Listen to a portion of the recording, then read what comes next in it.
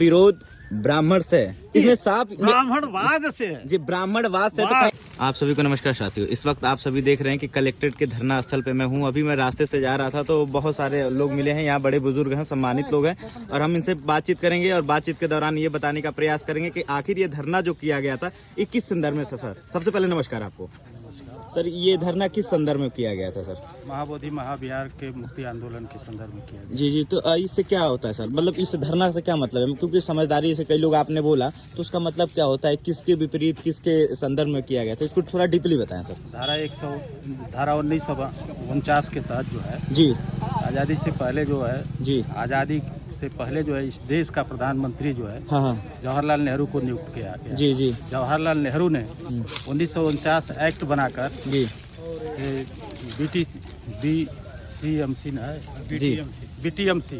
BTMC के द्वारा जो है जी, महाबोधि महाविहार पर जो है हाँ, ब्राह्मणों का कब्जा कराया। जी, नकली बौद्धों और ब्राह्मणों द्वारा वो कब्जा किया गया, जिसमें 9 सदस्यों की कमेटी बनाई गई। जी, जी, उसमें जो 4 हिंदू थे, 4 ब्राह्मण थे, जी, और 5 ब्राह्मण थे और 4 बुद्धिस्ट थे। जी, 5 ब्राह्मण 4 बुद्धिस्ट, जी, उनके द्वारा जो है महाबोधि महाविहार पर जो जी। है टेम्पल पर जो है जी, अतिक्रमण करके आज तक कब्जा कराया गया है, और आज भी वही लोग वहाँ। जी। ये कहाँ की घटना है?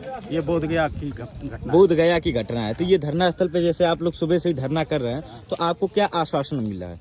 आश्वासन तो अभी हमें कुछ नहीं मिला है, हमें ज्ञापन देने के लिए ऊपर से आदेश आया है। जी, तो आज तो शनिवार है, आज तो बंदी है। अरे हम लोग भेज दिए हैं, जी, ऑनलाइन भेज दिया गया है, बंदी है, तो इससे कोई बात नहीं है। जी, जी। तो क्या लग रहा है कि आप लोगों की बातों को सुना अगर जाएगा? हमारी बातों को नहीं सुनेंगे जी, तो 22 तारीख को रैली प्रदर्शन करेंगे। जी, जी, अगर रैली प्रदर्शन के बाद भी अगर वो नहीं सुनते हैं जी, तो उसके बाद जो है जेल भरो आंदोलन करेंगे 9 अप्रैल को। जी। आपकी मांग वैसे क्या है? क्या वो जहाँ कब्जा है वो छूट जाए, कब्जा से ब्राह्मणों को हटाया जाए, जी, तथा बौद्धों के हाथ में वो कब्जा दिया जाए? दिया जाए। जी, जी हाँ, बताइए।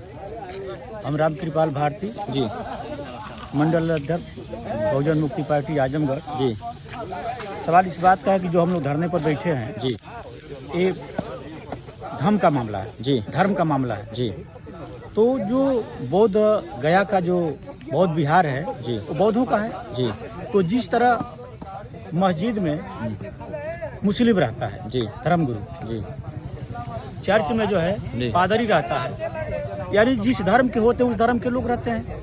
तो जो बौद्ध विहार है बोध गया का, उसमें एक्चुअली जो है बौद्ध को रहना चाहिए। तो फिर उसमें जो है पिंडदान कराया जाता है, उसमें तमाम जो है हिंदू देवी देवताओं की मूर्तियां रखी गई हैं, जो ये जो है धर्म के विपरीत है, जी, कानून के जो विरुद्ध है। तो हम लोगों की मांग है कि वो बौद्धों का है, बौद्धों को वापस कर दिया जाए। और यदि नहीं वापस किया जाएगा तो पूरे देश में हम आंदोलन करेंगे। जहाँ तक आती है धर्म की बात, तो धर्म तो सारे एक बताए जाते हैं। ये तो हम और आपकी बात है धीरे धीरे, क्योंकि जैसे जैसे परिवर्तित समय होता है कुछ ना कुछ बदलाव हमें और आपको देखने को मिलता है। तो अगर कहीं जाने के बाद किसी व्यक्ति को शांति मिल रही है, तो वहाँ शांति से आपको तकलीफ है या वहाँ की जगह से आपको दिक्कत है? न शांति की बात है न जगह की बात है। जी, जो धर्म गुरु हैं, धर्म गुरु तो एक्चुअली जो है उस विचारधारा का होना चाहिए, जी, जिस विचारधारा की बात होती है। तो कहीं ना कहीं ये कहा जाता है कि सनातन धर्म की जो संस्कृति है, जो बताया जाता है कि वहाँ जब पिंड दान किया जाता है तो पूर्वजों को जो है उद्धार मिलता है, मुक्ति मिलती है। तो क्या उसके बारे में क्या कहना चाहेंगे? लोग वहाँ आना जाना बंद कर दें? नहीं सर, जी, जी, आपका जवाब सवाल एकदम जेन्युइन है। बिल्कुल। हम चाहते हैं कि जो आप सवाल हमसे कर रहे हैं, जी, यह सवाल वहाँ के जो लोग अवैध कब्जा कर रहे हैं ब्राह्मण, उनसे करना चाहिए। जी, कि चूंकि बौद्ध जो विरासत है उसमें अगर उन्होंने अपना स्थापित अपनी व्यवस्था को किया है, तो क्या देश में जितने भी उनके मठ हैं, क्या उसमें बौद्धों को भी वो सम्मिलित करेंगे? जी। तो आप कहीं ना कहीं पक्ष बौद्ध का ले रहे हैं, विपरीत बौद्ध का पक्ष नहीं, बौद्ध संस्कृति है, बौद्ध ही हमारी विरासत है। जी, जी। और बौद्ध के द्वारा ही भारत में की पहचान जो है पूरे विश्व स्तर पर बनी है। जी। पूरा विश्व जानता है कि भगवान बुद्ध की वो ज्ञान तपोस्थली है। जी। और उस स्थली पर अगर आप गैर तरीके से अगर कब्जा कर रहे हैं तो आपका भी तो मठाधीश है, मठ है। आप अपने मठों में क्यों नहीं भगवान बुद्ध को प्रस्थापित कर रहे हैं? क्यों नहीं हमको खुली छूट दे रहे हैं SC ST OBC को पूजा करने के लिए? अभी ऐसा करिए। जी, ऐसा बताया जाता है कि वहाँ सभी धर्मों का पालन होता है। ऐसा नहीं है कि वहाँ रोक टोक है कि आप नहीं जा सकते, आप नहीं जा सकते। वो तो आपकी इच्छा अनुसार आप वहाँ जाके अपने पूर्वजों का पिंड दान कर सकते हो, तो उसमें तो कोई रोक टोक नहीं है। तो फिर उसका विरोध आखिर क्यों? नहीं, मैं तो बता रहा हूँ कि किसी का रोक टोक नहीं है। यहाँ धर्मनिरपेक्ष राष्ट्र है। हमारे देश का संविधान जो है लोकतांत्रिक संविधान है, सभी लोगों को बराबर हक अधिकार है। लेकिन क्या सिर्फ बुद्ध विहार में ही सिर्फ उनका कब्जा होना चाहिए?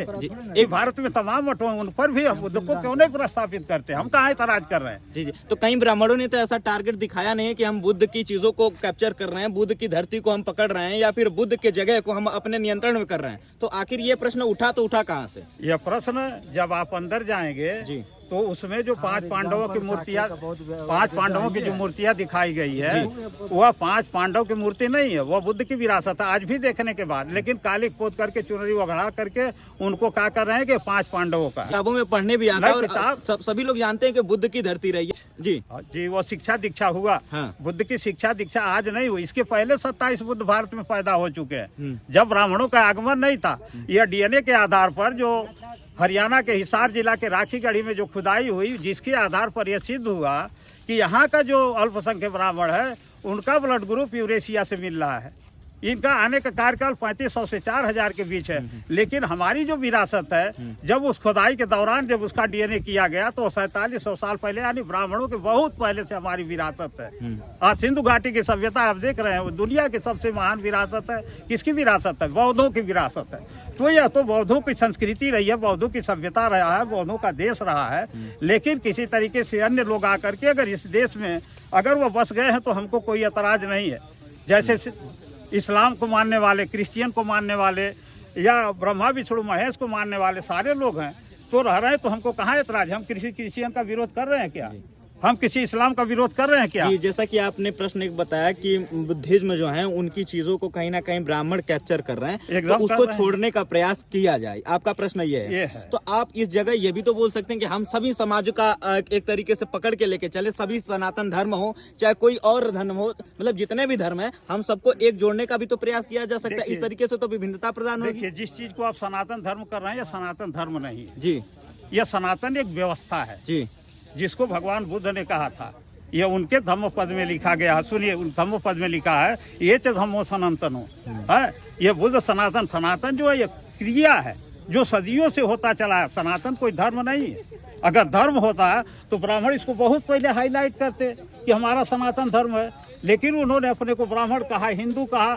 जब आप हिंदू शब्द का विरोध हो रहा है तो आप अपने को कह रहे हैं कि हम सनातन। जी, हिंदू का मतलब क्या होता है सर? हिंदू का मतलब होता है, हिंदू का मतलब होता है, यह शब्द जो है यह भारत की भाषा भाषी का नहीं है, किसी वेद रामायण ग्रंथ का शब्द नहीं है। आप भागवत गीता का अगर शब्द खोजेंगे तो उसमें भी लिखा गया है कि यदा यदा ही धर्म से ज्ञानिर्भवत भारत है। जो गीता सबसे बड़ा पुराण है उनका, उसमें भारत लिखा गया, हिंदू शब्द का कोई प्रयोग नहीं मिलता। जैसे आपने बोला हिंदू, हाँ, मैंने भी बोला आपसे हिंदू। हाँ, हिंदू का जैसे ही उच्चारण हमारे मुखार बिंद से निकलता है, हम अपने चेहरे से स्माइल करते हैं हिंदू, तो उस हिंदू में सारे धर्मों को ले लिया जाता है, एक तरीके से देखा जाता है। सुन लीजिए, अगर हिंदू धर्म उनका पौराणिक धर्म है तो 1874 में दयानंद सरस्वती जो गुजरात के राजकोट जिला के टनकारा गांव में पैदा हुए थे, सबसे बड़े ब्राह्मण धर्म के नेता थे। उन्होंने 1874 में कहा कि यह हिंदू शब्द जो है मुसलमानों की दी हुई गाली है, मुगलों की दी हुई गाली है।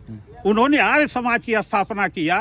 तो जब ब्राह्मण धर्म के सबसे बड़े नेता कर रहे हैं कि हिंदू मुसलमानों की दी हुई गाली है, तो उसमें हमको क्या ऐतराज हो सकता है? हम क्यों उस पर बहस करें? मतलब विरोध ब्राह्मण से, ब्राह्मण से नहीं, इसमें साफ ब्राह्मणवाद से है। जी, ब्राह्मणवाद से। तो कहीं ना कहीं ब्राह्मणवाद ब्राह्मणों की नियुक्ति से तो हुआ होगा, ब्राह्मण के आने से ही तो वाद होता है। बच्चा है, अगर साफ हो गया तो बच्चे से भी खतरा हो सकता है, ऐसी बात। जी, आपका कहना साफ सीधा इसमें ये है कि ब्राह्मण वहाँ की सारी चीजें जो हैं छोड़ने का प्रयास करें, कृपया उस चीज को जिसकी विरासत है उसको सौंपें। जी हाँ, धन्यवाद। जैसा कि आप सभी देख रहे थे कि मैं इस वक्त कलेक्ट्रेट में था, मऊ जिले में था, धरना स्थल पे। जैसे ही मैं जा रहा था तो मैंने देखा कि भाई किसी चीज की धरना हो रही है, तो मैं यहाँ के सारी चीजें देखा और किस संदर्भ में ये सारी बातें थी आप सभी को प्रचारित करने का मैं प्रयास कर रहा हूँ। तब तक के लिए नमस्कार, धन्यवाद, जय हिंद।